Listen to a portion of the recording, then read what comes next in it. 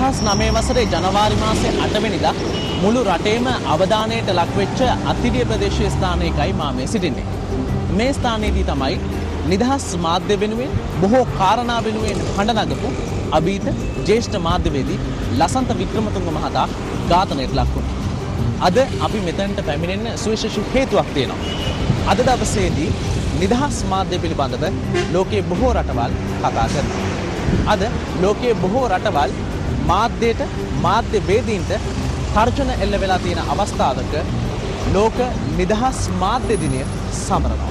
ඉතින් මේ පිළිබඳව රාත්‍රී 7 ප්‍රධාන ප්‍රවෘත්ති ප්‍රකාශයෙන් අවධානය යොමු කරන්න අපි සූදානම්.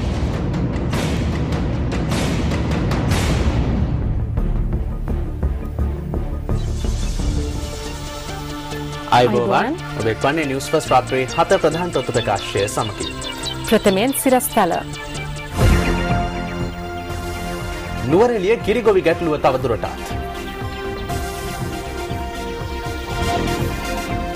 අපිට ප්‍රශ්න වෙලා තියෙන්නේ මේ තියෙන උපකරණ සියල්ලම අවුරුදු 50ක් පමණ පරණයි. තොරතුරු දැනගැනීමේ අයිතිය වෙනුවෙන් වූ පනත් කෙටුම්පතක් යළිත් පාර්ලිමේන්තුවට ගෙනීමට මන්ත්‍රී කරු ජයසූරිය සැරසේ. ශ්‍රී ලංකා මල්ල ක්‍රීඩා සංගමේ සභාපති ධුරයට මේ ජෙනරල් දයා රත්නායක.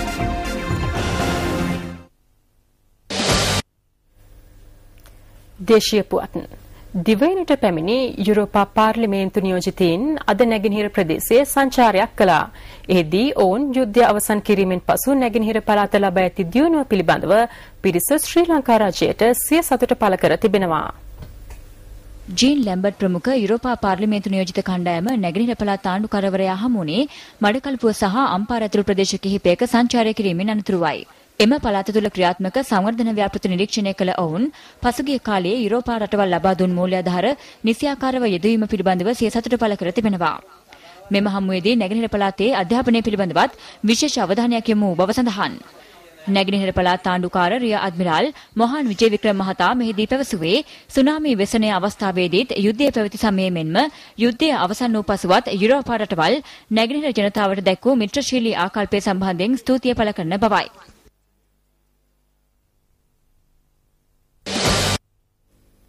විශේෂ ප්‍රවෘත්තියක් මේ වන විට අපගේ ප්‍රවෘත්ති අංශයට ලැබී තිබෙනවා. ඒ ප්‍රවෘත්තිය ඉදිරිපත් කිරීම සඳහා ප්‍රවෘත්ති අංශයේ කණ්ඩායම මේ වන විට සූදානම් සිටිනවා. අපි දැන් ඒ වෙත යොමු වෙමු.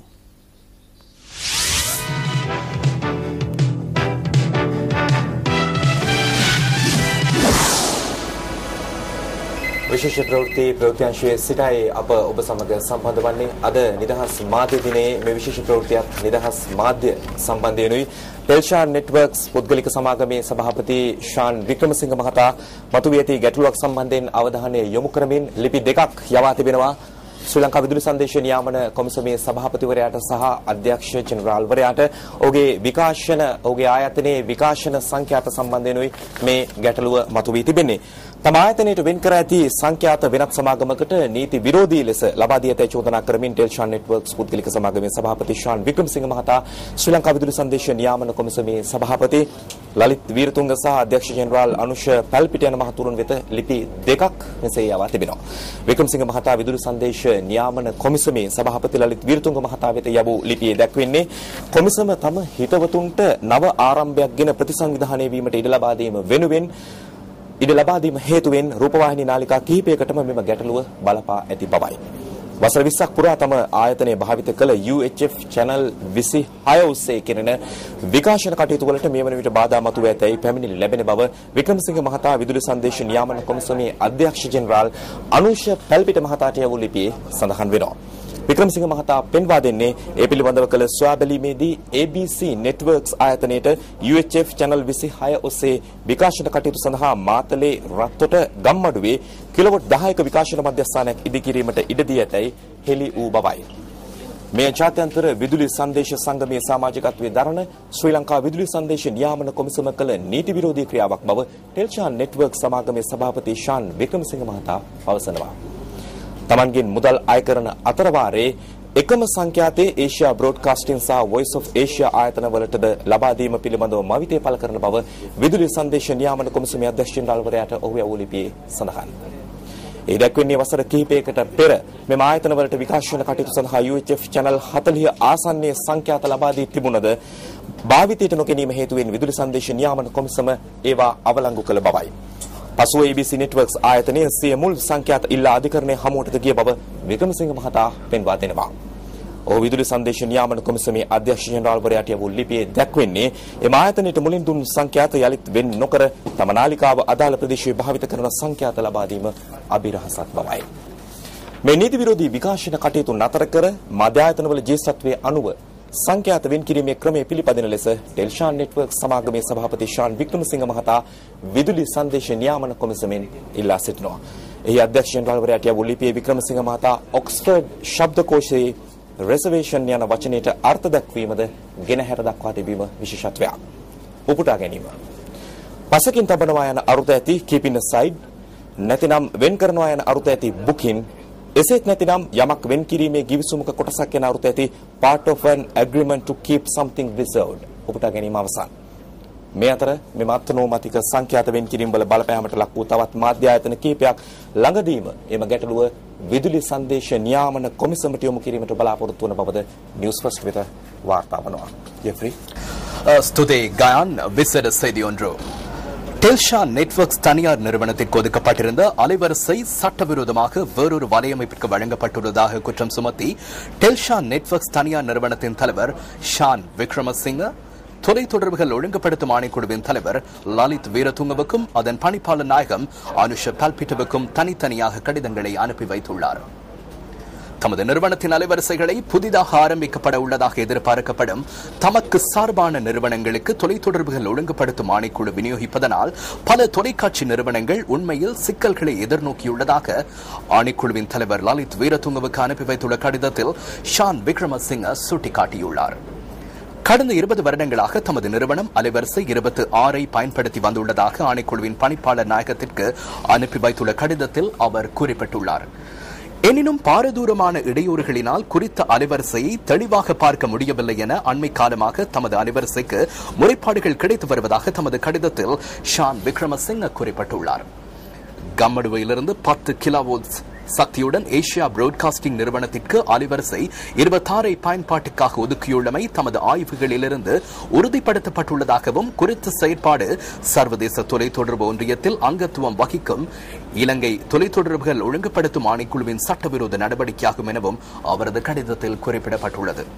தமது வலையமைப்பிடமிருந்து ஒதுக்கீட்டு கட்டணங்கள் அறவிடப்பட்டதன் பின்னர் அலைவரிசைகள் ஏசியா புரோட்காஸ்டிங் நிறுவனத்திற்கும் வாய்ஸ் ஆஃப் ஏசியா நிறுவனத்திற்கும் தொலைத்தொடர்புகள் ஒழுங்குபடுத்தும் ஆணைக்குழுவினால் ஏன் வழங்கப்பட்டுள்ளது என்பது குறித்து தாம் வியப்படைவதாகவும் ஷான் விக்ரமசிங்க கூறியுள்ளார். குறித்த நிறுவனங்களுக்கு சில ஆண்டுகளுக்கு முன்னர் 40 அண்மித்த அலைவரிசைகள் ஒதுக்கப்பட்ட போதிலும் பயன்படுத்தப்படாததனால் அவை ரத்து செய்யப்பட்டதாகவும் அவர் குறிப்பிட்டுள்ளார். அதனைத் தொடர்ந்து ஏசியா புரோட்காஸ்டிங் நிறுவனம் நீதிமன்றத்துக்கு சென்று தமக்கு உரித்தான அலைவரிசையை பெற்றுக் கொண்டதாக ஷான் விக்ரமசிங்க தமது கடிதத்தில் சுட்டிக்காட்டியுள்ளார். தற்போது அவர்களுக்கே உரித்தான அலைவரிசைகள் ஒதுக்கப்படாமல் தமது அலைவரிசை வழங்கப்படுவதற்கான காரணம் என்னவென்பது தொடர்பில் ஆச்சரியம் அடைவதாகவும் அவர் தெரிவித்துள்ளார். குறித்த சட்டவிரோத ஒளிபரப்பை நிறுத்துமாறும் நிறுவனங்களின் சேவை மூப்பு அடிப்படையில் ஏற்கனவே ஒதுக்கப்பட்டவாறு அலைவரிசைகளை ஒதுக்கீடு செய்யுமாறும் தொலைத்தொடர்புகள் ஒழுங்குபடுத்தும் ஆணைக்குழுவின் தலைவருக்கு அனுப்பி வைத்துள்ள கடிதத்தில் ஷான் விக்ரமசிங்க குறிப்பிட்டுள்ளார். ஆக்ஸ்போர்ட் ஆங்கில அகராதிக்கு அமைய ஒதுக்கீடு என்பது ஏதேனும் ஒரு இணக்கப்பாட்டிற்காமைய ஏதேனும் ஒரு விடயத்தை ஒதுக்குதல் என பொருட்படும் என அவரது கடிதத்தில் சுட்டிக்காட்டப்பட்டுள்ளது. தன்னிச்சையான அலைவரிசை ஒதுக்கீட்டின் காரணமாக பாதிக்கப்பட்ட மேலும் சில வலையமைப்புகளும் இந்த விடயத்தினை எதிர்வரும் சில நாட்களில் தொலைத்தொடர்புகள் ஒழுங்குபடுத்தும் ஆணைக்குழுவின் கவனத்திற்கு கொண்டு வர உள்ளதாக தகவல்கள் தெரிவிக்கின்றன. In breaking news, in separate letters addressed to Lalit Veeratunga, Chairman, and Anusha Palpita, Director General of the Telecommunications Regulatory Commission of Sri Lanka, the Chairman of Telstra Network, Shan Wickramasinghe, has alleged that the transmission frequency reserved for his network has been illegally allocated to another network.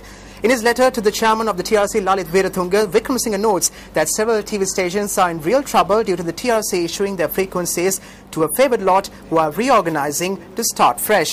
Writing to the Director General of the TRC, Anush Palpita, Wickramasinghe says that Channel 26 had been used by his network for 20 years, but his network had recently received several complaints that viewers were unable to view his channel due to severe interference. He goes on to say that upon investigation it was revealed that Asia Broadcasting had been allocated the use of Channel 26 from Gammadu using 10 kilowatts of power, which is an illegal act by the TRC, which is currently a member of the International Telecommunications Union. He also makes note of his surprise as to why the TRC issued frequencies to Asia Broadcasting and Voice of Asia after obtaining reservation charges from his network. Wickramasinghe points out that some years ago these networks were issued channels around the 40 frequency, but they were cancelled by the TRC as they were not used. He noted that Asia Broadcasting then went to court to get back the original channels. Wickramasinghe says that it is therefore a mystery as to why their original channels were not allocated and instead his channels in the same area were issued. In his letter, the chairman of the Telstra Network requests the Director General to stop this illegal transmission and adhere to the frequency reservations already made according to the seniority of stations. He went on to outline the definition of the word reservation according to the Oxford Dictionary as, quote, keeping aside or booking or part of an agreement to keep something reserved, end quote. Meanwhile, reports reveal that several other networks affected by this arbitrary allocation of frequencies will be taking up this matter with the TRC in the next few days. Telstra Network සමාගමේ සභාපති ශාන් වික්‍රමසිංහ මහතා අද ලිපියක් යොමු කර තිබෙනවා දුරකථන විදුලි සංදේශ නියාමන කොමිසම සභාවේ සභාපතිවරයාට සහ අධ්‍යක්ෂ ඩාල්පරයාට ඔහු අවධානය යොමු කරන්නේ තම ආයතනයේ අයත් විකාශන කටයුතු සිදු කරන සංඛ්‍යාතයක් නීති විරෝධී ආකාරයෙන් වෙනත් ආයතනයකට ලබා දී ඇතැයි යන පිළිබඳවයි ඔහු මේ ලිපියෙන් අවධානය යොමු කර තිබෙන්නේ. අපි යලිත් යොමු වෙනවා ප්‍රධාන ප්‍රවෘත්ති වෙත.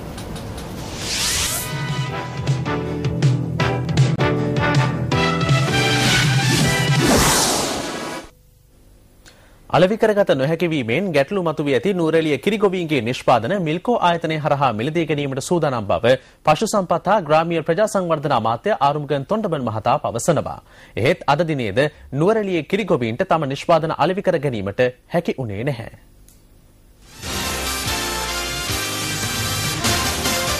තම නිෂ්පාදන අලෙවි කරගත නොහැකිව නූරැලිය දිස්ත්‍රික්කයේ කිරිගොවීන් ඊයේ මෙන්ම අදත් තම නිෂ්පාදන මෙසේ ඉවත දැමුවා. ඔවුන් පෙන්වා දෙන්නේ රජයේ මැදිහත් වීම යටතේ කිරි නිෂ්පාදනයේ ඉහළ නැංවීම සඳහා කටයුතු කළද අද වන විට තමන්ට නිෂ්පාදන අලෙවි කර ගැනීමේ මාර්ගයක් නොමැති බවයි. ලෝරි වලින් ගන්නෙත් නැහැ කිරි ගන්න නැහැ.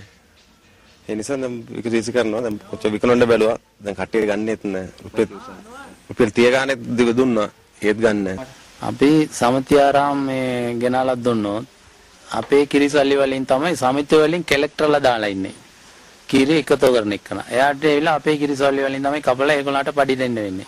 මෙම ගැටලුව සම්බන්ධයෙන් අද පැවති මාධ්‍ය හමුවකදී අදහස් දැක්වූ විශේෂ භාර අමාත්‍ය ආරුමුගම් තොණ්ඩමන් මහතා. I don't know why they did that. ඊයේ හැටන් වලදී ගොවියෝ මේ විදිහට කළේ ඇයි කියලා ඇත්තටම මම දන්නේ නැහැ. ඔවුන්ට ගැටලුවක් තිබුණා නම් මගෙත් එක්ක කතා කරන්න තිබුණා. මොකද මම පෙරේද හැටන් වල හිටියේ. මම හිතනවා ඒ අයට ඔවුන්ගේ කිරි හැටන් වල හරි කොටගල හරි අපේ එකතු කිරීමේ මධ්‍යස්ථාන වලට දෙන්න තිබුණා. මෙතන මොකක් හරි දේශපාලනයක් තියෙනවා. මිල්කෝ ආයතනයේ කිරි එකතු කිරීමේ මධ්‍යස්ථාන ඕනි තරම් තියෙනවා. ගොවින්ගේ කිරි මිල්කෝ ආයතනයේ මධ්‍යස්ථාන වලට ගෙනාවොත් මොනම ආකාරයෙන්වත් ප්‍රතික්ෂේප කරන්නේ නැහැ. මම මේ මාධ්‍ය තුලින් ජනතාවට කියන්නේ තමන්ගේ කිරි ගොවි සමිතිය හරහා ගේන්න අපි ගන්නවා. Any amount of milk coming through farmer societies we will collect. අපේ මුළු කර්මාන්ත ශාලාවලම දැන් තියෙන කැපැසිටි එක තමයි දැන් එන කිරි. තේරුණා? ඉතින් දැන් මෙහෙම එකක් තියෙනවා. දැන් කර්මාන්ත ශාලාවක් වෙච්චාම අපිට පැය 24ම වැඩ කරන්න පුළුවන් වෙනවා. දැන් අපිට ප්‍රශ්න වෙලා තියෙන්නේ මේ තියෙන උපකරණ සියල්ලම අවුරුදු 50ක් පමණ පරණයි. ඉතින් හැම වෙලාවෙම යම් ප්‍රශ්න ඇති වෙනවා. ඒ වගේ දේවල් මේ හෙට අනිද්දා කරන්න බෑ. අඩු ගානේ අවුරුදු 2කමාරක් 3ක් යනවා කර්මාන්ත ශාලාවක් අලුත් තත්ත්වයකටපත් කරන්න. දැනට රටේ අවශ්‍යතාවෙන් තුනෙන් එකක් වන දේශීය කිරි නිෂ්පාදනය 2015 දී ස්වයං පෝෂිත මට්ටමකට ගෙනීම තම අරමුණ බව පශු සම්පත් හා ග්‍රාමීය ප්‍රජා සංවර්ධන අමාත්‍යාංශය 2011 දී ප්‍රකාශයට පත් කළ මූලික පශු සම්පත් සැලැස්මේ දැක්වෙනවා.